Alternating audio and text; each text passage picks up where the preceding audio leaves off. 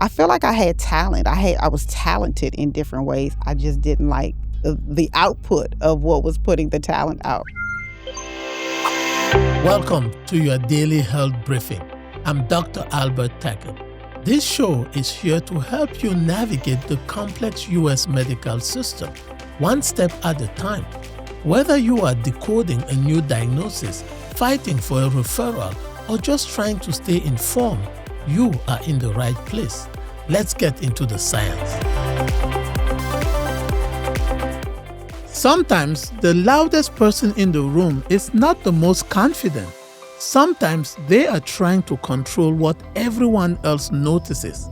In this episode, Lisa Wiley looks back at the insecurity she carried as a child, the personality she built around it, and the moment she began to understand that confidence and self-acceptance are not the same thing.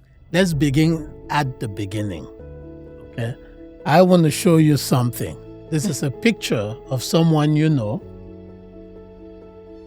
Remember that person? I do. So when you look at that young version of yourself, what do you feel? I just smile and look at this skinny, my hair. I don't even know what my hair was doing. Just trying to figure out who I was. Dancing, doing something my mom started. And so really, I was in her business. My mom was an actress. She started a dance studio. So at the dance studio, but never really just felt, and I always looked at the other dancers. I wish I looked like that. I wish I danced like that. I wish my hair was long enough to go into a true ponytail. That's what I see when I look at this picture. Ew. So what was it like growing up in a body you did not feel proud of? You know, I don't know. It was interesting. I felt like growing up in a body that I didn't enjoy, that I had to go. And it's funny because as an adult, people call me a bully. And I say, I'm not a bully. Maybe I'm assertive. I'm not a bully. However, when I was in this very skinny body, short hair, that never really laid down and curled nicely, I thought, let me do something to people before they did something to me. So I would tease people, I would mess with people, I would bully people, I would pull all the long girls' hair. And I would do that, and they would be afraid and not knowing what I would do to turn the attention off of me. So you were transferring your insecurities to them. Absolutely. I transferring my insecurities, or I was trying to make them look the other way. Don't see what I see on me. Just pay attention to something else. I was doing everything so the attention wasn't on me. So that was a preemptive strike. It was. You didn't want them to talk about you. Absolutely. And so you teased them and did something so they would do. So you kind of distracted them. I did. That's how I grew up. Okay. I did. I distracted the people. I remember saying that was my tactic, especially when I got to high school. Children are mean. Children are not nice people. But I remember that being my strategy. My mom tells this story all the time. Who gets a phone call from their teacher saying that their daughter is running across the science lab table? Why was I running across? I would do things though. I would mess with people. I would bully people. I would be the talkative class clown. I'm running across a science lab table like, hey, look at me. But look at me to be funny or a person with power, and don't see this skinny, right, self-conscious little girl. So in 8th grade, my science teacher called my mother because I was running across the science table. So by the time I got to high school, it's like, why am I like this, right? Why am I like this? But it really was to be a distraction. So people, and guess what? I did not grow up with people saying, ooh, you skinny, ooh, you ugly, ooh, you this. So I did what I wanted to do. I distracted the people, and I did not get teased, but I didn't like the way I looked. So if people did not tease you about your weight, being lanky, in your own words, why was it a problem then? I didn't like. I remember getting my first boyfriend in 9th grade, and he bought me an outfit, pair of Guess jeans and a Champion sweatshirt. My favorite outfit. The jeans were a 0, and the sweatshirt was extra small.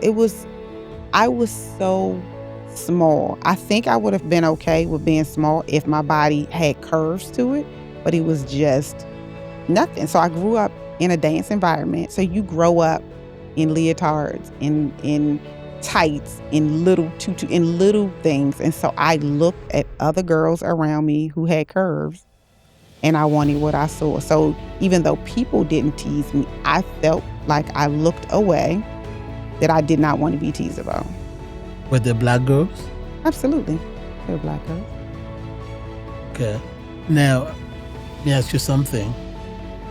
Do you think part of the way you felt was because of the idea of the black woman essence? Woman with curves? Absolutely. A black woman with a big butt and some curves, right? This hourglass, right? This, what is the saying? I'm going to say all the numbers wrong, but the 36, 24, 30. Like, I didn't have big weight, big chest, small waist, big body. I did not have that. I didn't. And I thought I was supposed to as a black woman. Okay. And so that is really the source of the problem. The way you felt about yourself was because of, the cultural phenomenon of the black woman with curves, the big butt, and I assume large breasts, and an hourglass figure. Hourglass figure. So what did that do to little Lisa?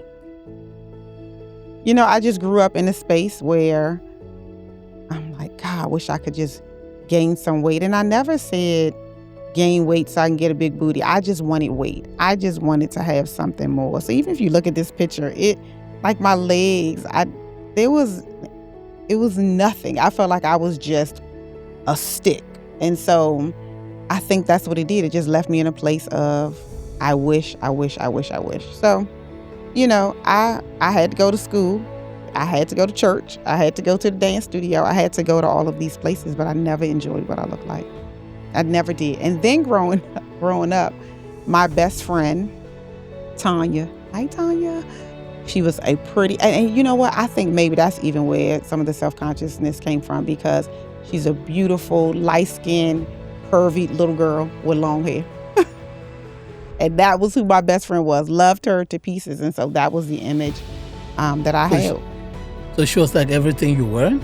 She was everything that I was not and that society said you were supposed to be. Light skin, long hair, curves. Is that a good message for society? Absolutely not. Absolutely not. And it is so interesting, the work that I do now, being able to influence and work with young adults and adults in this workforce development program. I think back now over the things that I went through in my life, and I get to pour into them, right? I get to allow them to build self-confidence now and say you don't have to look the way society says, right? What does success look like for you, right? What does confidence look like? What does beauty look like for you? And so for so many years, I did not like the way I looked. I was sad about the way that I looked. I feel like I had talent. I was talented in different ways. I just didn't like the output of what was putting the talent out, right? And so now I get to be in an environment where I get to pour something into these young adults, and they get to see a confident me. When I walk into a space or I'm with my students, they often come up and they're like, gosh, it's just something about you. And I get to tell them, but I didn't start here, right? And so you get to make the changes you want. I had to do something about it. So going back to that little girl, the little Lisa, was there pressure from family members, from a boyfriend or from other friends that Lisa is lanky, is too skinny, is not a black girl, or doesn't look like a black girl?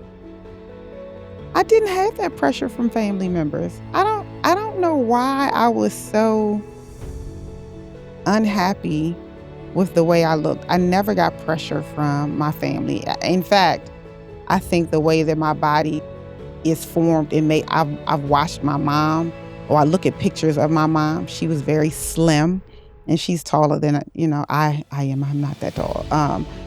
And I watched her, as a young adult, be very slim. And when she started having children, she started having more curves. I watched my oldest sister. She was very slim.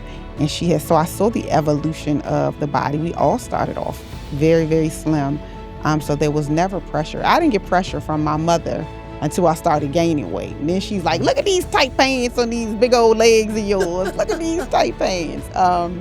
But when I was small, I did not. But I did not appreciate it. There's been so many times, Dr. T, that after I then gained weight years later, I would say to myself, gosh, if I can go back to skinny Lisa, the person that I kept wishing I wasn't, if I could go back to her, I would appreciate my body differently. I did not appreciate the body I was born into, that God gave me, from no pressure from anyone. Not family, not a boyfriend. Not even the boyfriend, the one who bought you not even the boy. outfit. Oh, he was proud to give me my size 0 Guess jeans, and not even the pressure it was pressure I put on myself because what I thought I was supposed to look like. Because the reason why I asked that is because, as you very well know, I do a lot of weight management. And I have patients, especially female patients, who've lost weight. And so we're working on their weight, and they have diabetes, high blood pressure. Mm-hmm. So the goal is to get down to a normal body mass index below 25. Mm-hmm. And the pushback I always get from them and the husband or boyfriend is they don't want to get too skinny. Absolutely. They don't want to lose their black woman essence. Mm-hmm. And so that's why I'm asking if I'm surprised that your young boyfriend mm-hmm. was fine with you being lanky, because that is not my experience with a lot of black men. Mm-hmm. So they want meat on the bones. It's interesting that you say that, because my husband will say, don't you get too skinny now. When I started my weight loss journey, that's in mm-hmm. fact what my husband would say, don't you get too skinny. And then I started lifting weights, and he's like, don't get too muscular now. But back, I mean, I was a woman can't win. A woman, we can't. And I think that's the pressure of what's okay. And so I had to stop worrying about people. And the Lisa I am now, I am unbothered, unassuming. I don't care about what people say. It's really about my happiness. But for so many years, what's happiness for me, right? Mm-hmm. What I feel comfortable, what I feel healthy in, what makes me feel good. But for so many years, I wanted my body to look a certain way because society says so. Now I want my body to look a certain way because I want it to look the way I want it to look. So, what Lisa describes is more common than many people realize. Insecurity does not always look like silence or withdrawal. It can look like humor, control, achievement, or a personality that never slows down.